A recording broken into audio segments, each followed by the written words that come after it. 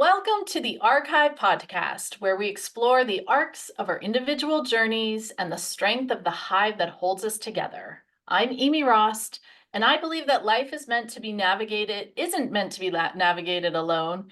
We are here to dive into conversations that are going to bring us closer to ourselves, to each other, and to the communities that lift us up.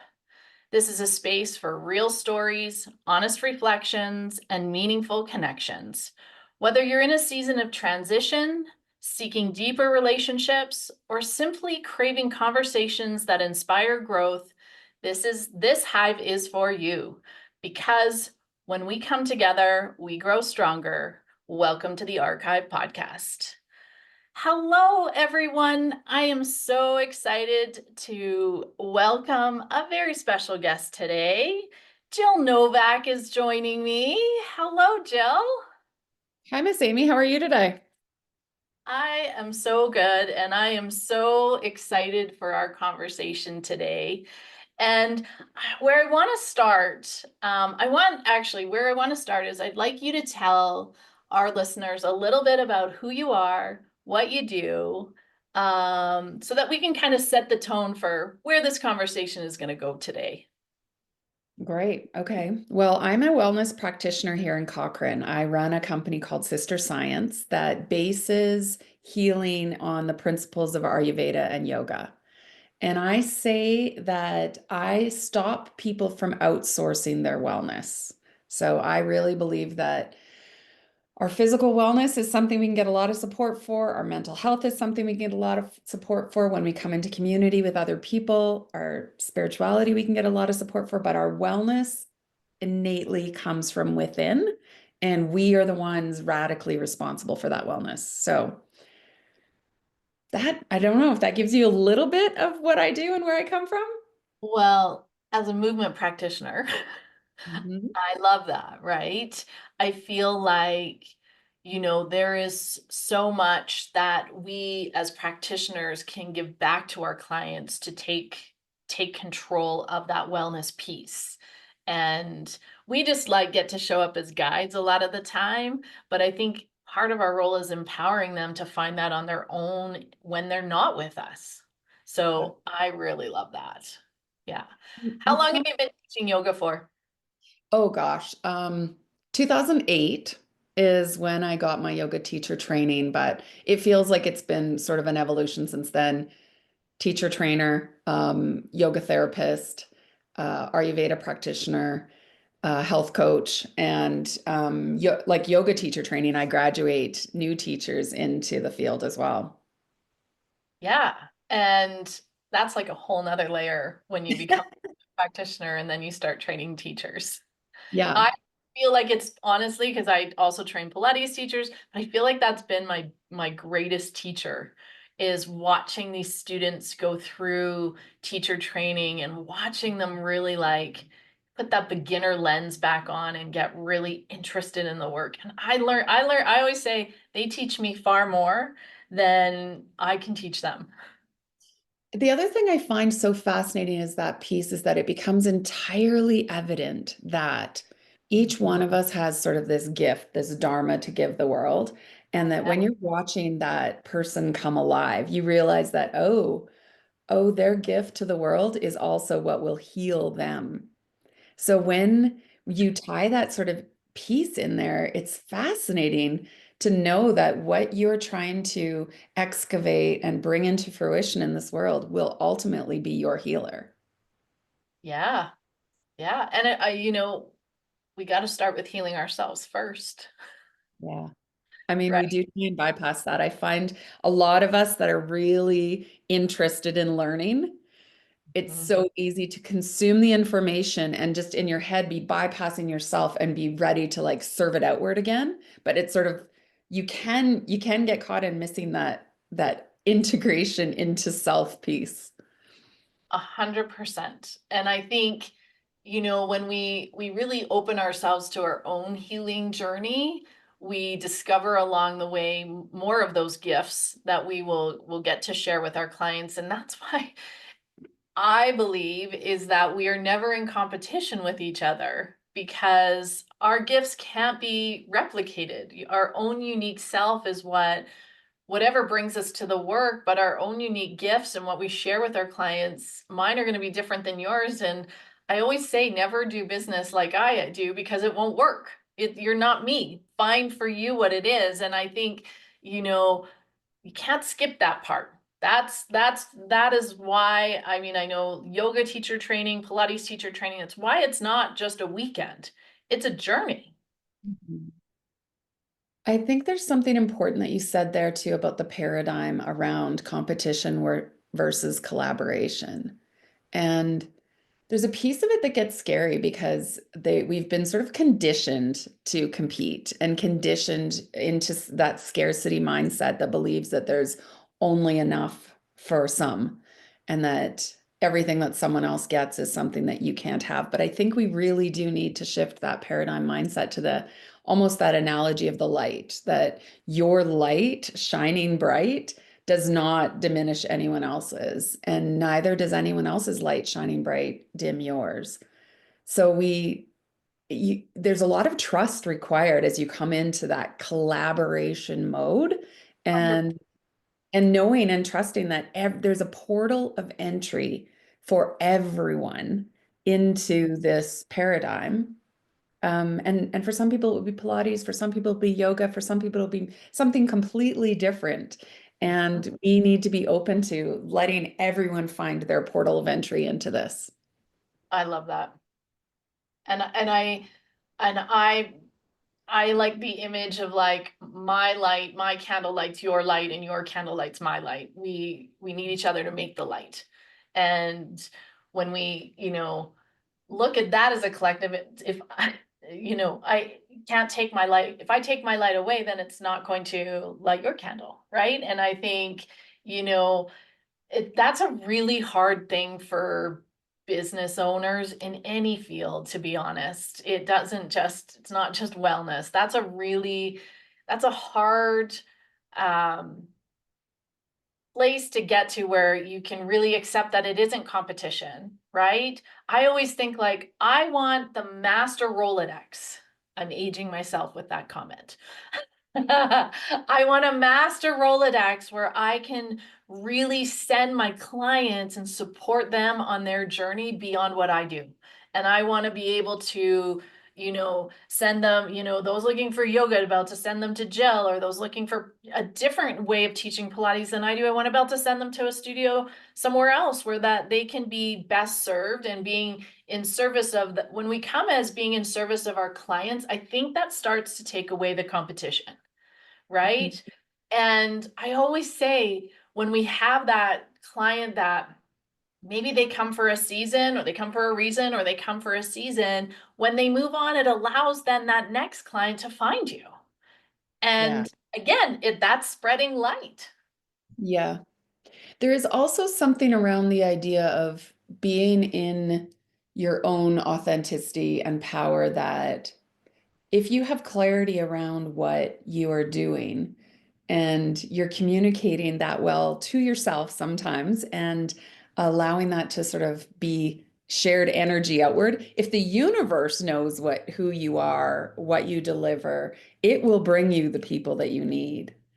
I like that analogy of a rising tide floats all boats too, because I do think we're talking about like a feminine energy here that is more, there's more fluidity to it, and that ability to sort of lift up a whole group of people or a whole collective comes inside of that feminine energy that isn't about a ladder and one person climbing a ladder at a time. Yeah. And I think it goes back to, when wherever you are in whatever modality, but when, the business next to you wins or you look at it as reaches their goals, that also actually is you're going with them in that same, of that wave lifting them up. That if you put that lens on, it removes the competition piece completely, completely. I want to back up and let's just chat a little bit about how we connected. I think it's kind of funny because we've been running parallel businesses for a long time, like over 10 years in our same little town. And a mutual friend just sort of like plucked us together. And when we first sat to have coffee, we couldn't even stop talking and just and couldn't believe also the just the synchronicities and the parallels that exist in both our businesses and just even some of the places right now that we find ourselves at and the challenges that we're both facing and the wins that we're having seem really similar. So, yeah. Mm. And remember, we live actually, it's not that small of a town, it's 40,000 people, but really, I've lived here for 20 years.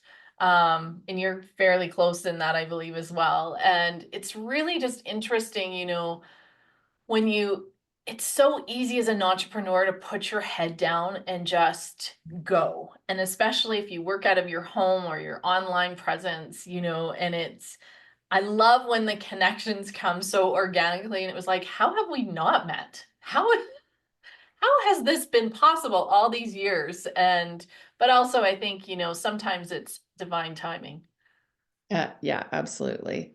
And right?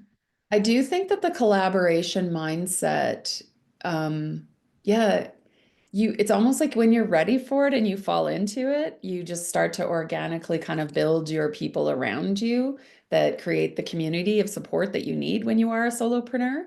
And often that is about, collecting the other solopreneurs around you for mastermind study and brainstorming and best practices, just shared information.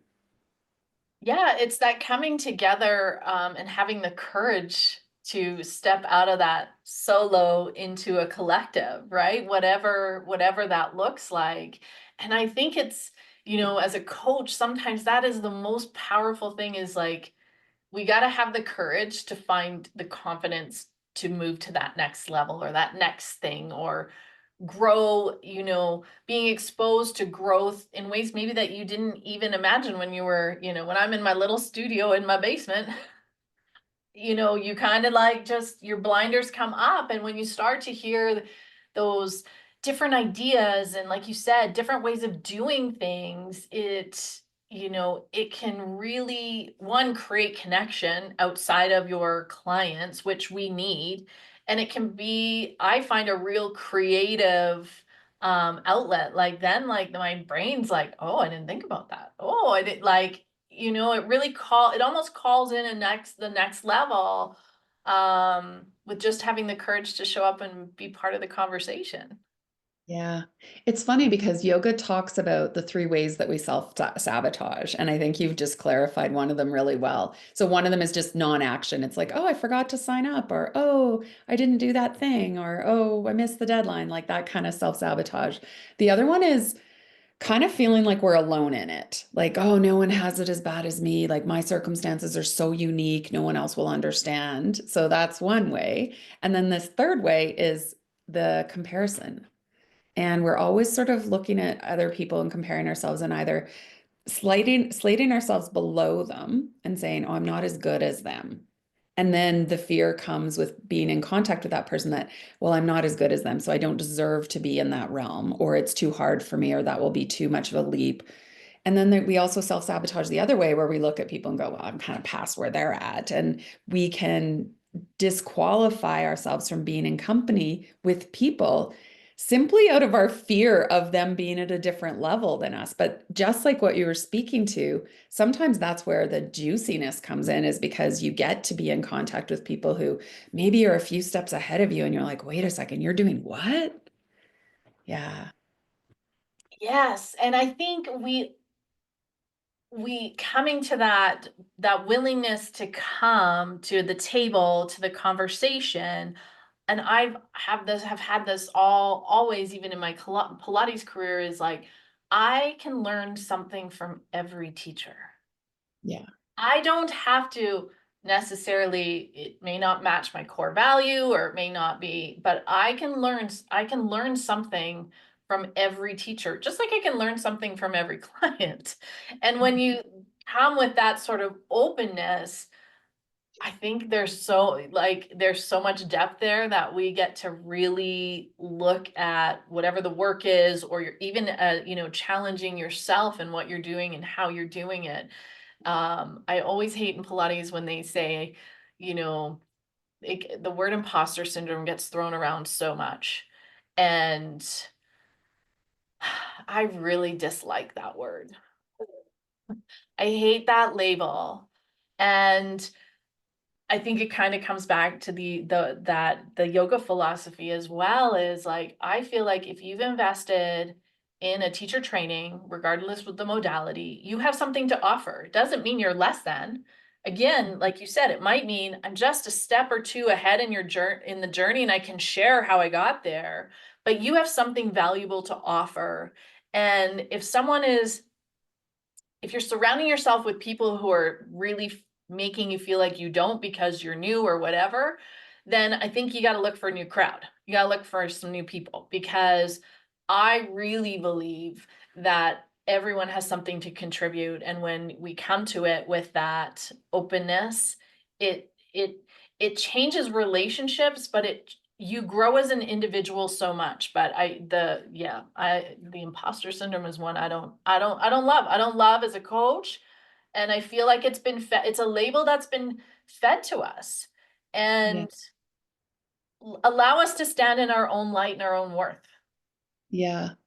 It is, it's a very, I mean, I think it's a very convenient name to place on something, place on something that is hard, because I do feel that when you are playing at your potential, you're at the edge of your comfort zone. And so being at the edge of the comfort zone innately feels a little bit risky. It Mhm. innately feels a little unsafe. And I do feel like I guess I think that the title imposter syndrome is just trying to help us explain that place. But like you said, it's a self defacing label, I think. And instead, we should be standing, and when it feels a little bit scary, just be like, wow, look at where I'm at right now. This Mm, feels a little bit edgy, because I don't know. I think as entrepreneurs, we watch ourselves sort of walk out to that edge and just like sometimes scare ourselves silly. So we go right back to the like retreat back to where it feels safe. And sometimes that can feel like a vulnerability hangover after you've gone and done something really brave, or stepped into that position of power. And then all of a sudden you're like, retreat to that safety. So there's a little bit of expansion, contraction that happens on this path. But I'm not a fan of the term. Um, but I think it is trying to describe that place that where our growth is happening. agreed. Agreed. But I think we can do a better job at, also, I think when you get there, is just maybe acknowledge that it's fear. This Yeah. is uncomfortable, because I promise you it's not as bad as you think it is. And the growth potential on the other side is exponential. So what if we just called it like growth edge instead of imposter syndrome? I Because agree. our world likes to make everything a syndrome, everything a diagnosis, everything a disease, everything a disorder.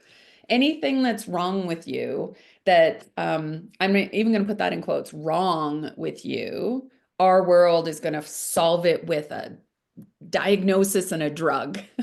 And sometimes there's nothing wrong with you at all. It's just your way of doing things. And that's how anxiety shows up at your growth edge, or that's how doubt shows up when you're challenging yourself, or yeah, that's how it feels when you retreat back from that exciting thing and experience that vulnerability hangover. That sort of down day is just you resting and recuperating. Yeah. Let's shift this a little bit to, let's talk about the hive part, the community part in your world. What does that look like, and what does it mean to you? Because you have a great community. You've got, you work mostly with women or only women. I would think it probably calls in women. So tell me about that. Yeah, I have sort of three different communities that all merge into one. And so the first year you're with me, you're in sort of the base level community. We call it the year of you, when you're really declaring that you're ready to own your wellness. And it's a very physical year. It's a year around creating habits, cultivating new rituals and routines in life, and watching the patterns and beliefs that block your ability to integrate that change. Um, because our old patterns and old beliefs, they try and keep us safe and they don't think change is safe. So we're teaching your body how to find safety in change. And then from there, it's really, we're using yoga philosophy and Ayurvedic wisdom to help us bust through those limiting beliefs and bust through patterns. And so the the year two, three, four, five, six kind of groups that happen are gathering around inquiry questions Mhm. and coming to community weekly, monthly, some different for different people, but to be able to be in reflection, to grow your own awareness, and then give voice to your truth and practice speaking that which is true for you in a really safe container. So, just like going to yoga to practice on the mat, then you be able to take this skill set off the bat and live it in real life. You are able to sort of take this skill set you're developing around speaking your authentic truth, being aware of the limiting blocks that are happening in your world and your conditioning so that you can lift up out of that and practice it in real life. But the communities I create are these safe containers for that kind of growth to be happening. And can you share a little bit about how being in community really promotes that growth? Yeah.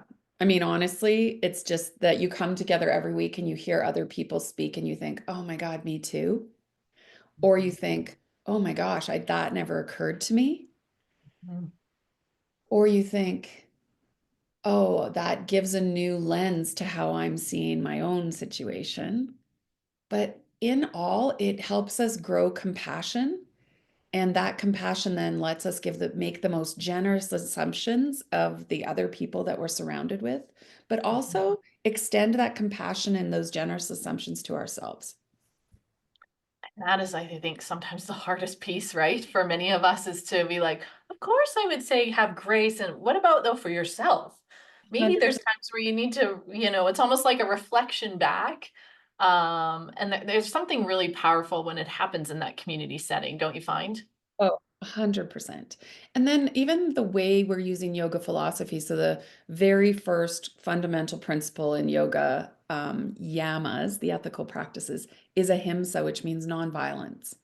And when you hear that, you think, well, I'm not robbing convenience stores or, hitting people, but Right. it's nonviolence to yourself. And then the Yeah. second one is truthfulness. So as soon as we start diving into this philosophy piece, we're we're we're getting really practical about how to apply nonviolence to ourselves. Getting really practical about what truth means in relationship to yourself. Yeah. Yeah. Oh, I love that. I honestly, it's it's my favorite thing in the whole world. These communities, these groups, and we will say that they have saved us all thousands of dollars in counseling. Although I'm not going to disregard the fact that that's also can be a really important linchpin or Yeah. rock anchor in people's worlds. Yeah. Right. Yeah. And maybe just could you speak a little bit to our audience so they learn if they're not familiar with the Ayurvedic method, like what does that mean? What tell us a little more about what you teach about that. Oh, Ayurveda is something that I wish I would have learned when I was a kid and felt really ripped off that there's just this really simple, easy information around how we're built to work in rhythm with nature. So how winter we need to sort of behave and treat our bodies differently than we do in summer. That these cycles of qualities rise in us, and sometimes they can aggravate us, and then they alleviate. And when we can fall into cycle, there's so much energy savings that happen. Ayurveda believes that everything in life needs to be digested. What you see, taste, touch, feel, hear, and not just what you eat. So all life experiences need to be digested. And if they're not, they leave a gunk in your system. So that first year is all about you learning like almost the operating manual for your own body. And Ayurveda has a unique operating manual for every single person. So we start to do these experiments because Ayurveda translates to the science of life. So you are conducting science experiments, and the evidence that you are basing your decisions on is your personal evidence. So it is entirely evidence-based, but it's not based on some study that was done over there or some experiment in a book over there. It's based on your personal body's evidence around what brings you to wellness and what doesn't. I love that. But it is honest to God. Yeah, I think it's, in the holistic approach to, wellness and health, like there is a missing piece to that. And we probably can see a lot of patterns repeating right now in the world around us. We'll leave it at that. But let's chat about, we're almost out of time here, but let's chat about what, like, a question I think that you and I ask ourselves a lot is, what do you think, what does the world need right now? I think the world needs us to really own that feminine energy, the energetic traits of the feminine. I think we live in a world where we've maxed out how much we can rely on the structured data driven science intellectual side, and we need to start trusting the intuitive knowledge. We need to start trusting that we know stuff that we haven't been taught, that we can solve problems even if we're doing it on the fly and we're like, wait a second, it looks like that needs to be done over there, and I'm going to answer and resolve that, and that there's a fluidity to it, but it's Mhm. in a skill set that we've never been taught to honor, to trust, to follow. And in fact, we've been almost conditioned away from it. And I believe that what the world needs right now is for us to reclaim that wisdom that is not only ingrained in each of us, but that each of us have a unique connection to universal wisdom. And when we let that flow through us, that is what's going to help create the healing in our world right now.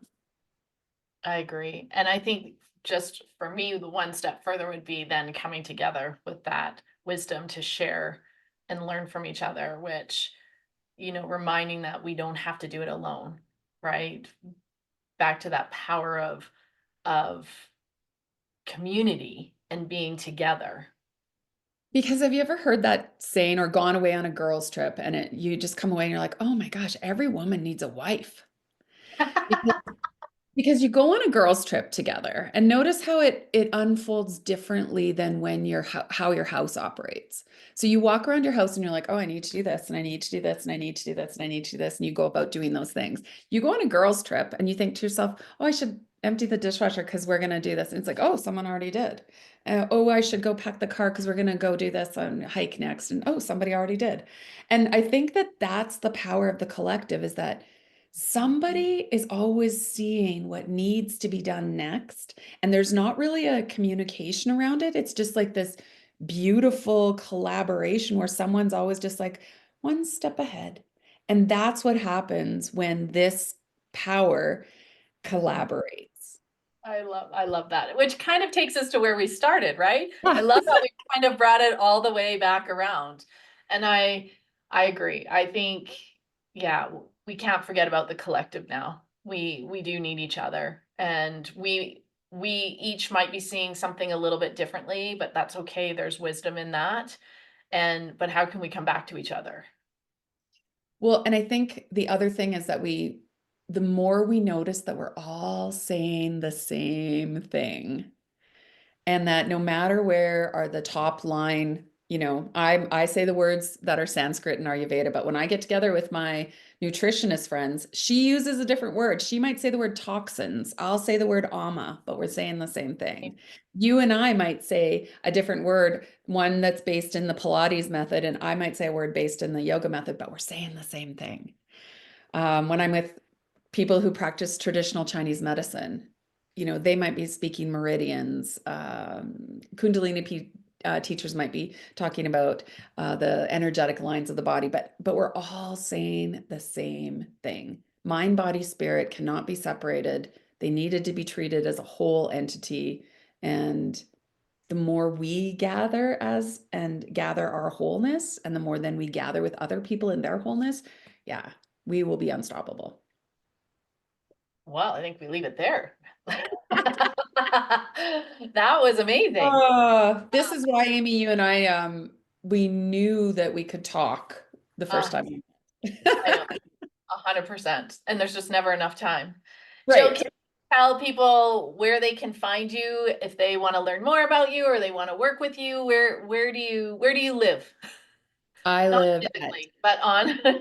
yeah, online. You can find me at sisterscience.ca. And sister science is how we often say yoga and Ayurveda are related, that they are sister sciences to each other. I love that. I My love. sister science company is based on the principles of yoga and Ayurveda dovetailing together to Oh, form that's beautiful. a foundation of support underneath you. I love that image. Yeah. Thank you so much, Jill, for this conversation today. And thank you for being part of the Archive podcast today. I hope this episode has left you feeling inspired, connected, and reminded that you are never alone on this journey. If this conversation resonated with you, I'd love to hear your thoughts. And let's keep this hive buzzing. And don't forget to subscribe, leave a review, and invite someone you care about to join us. Until next time, keep honoring your arc, leaning into the hive, and showing up for yourself and your community, because together we are stronger. This is the Archive Podcast. We'll see you soon.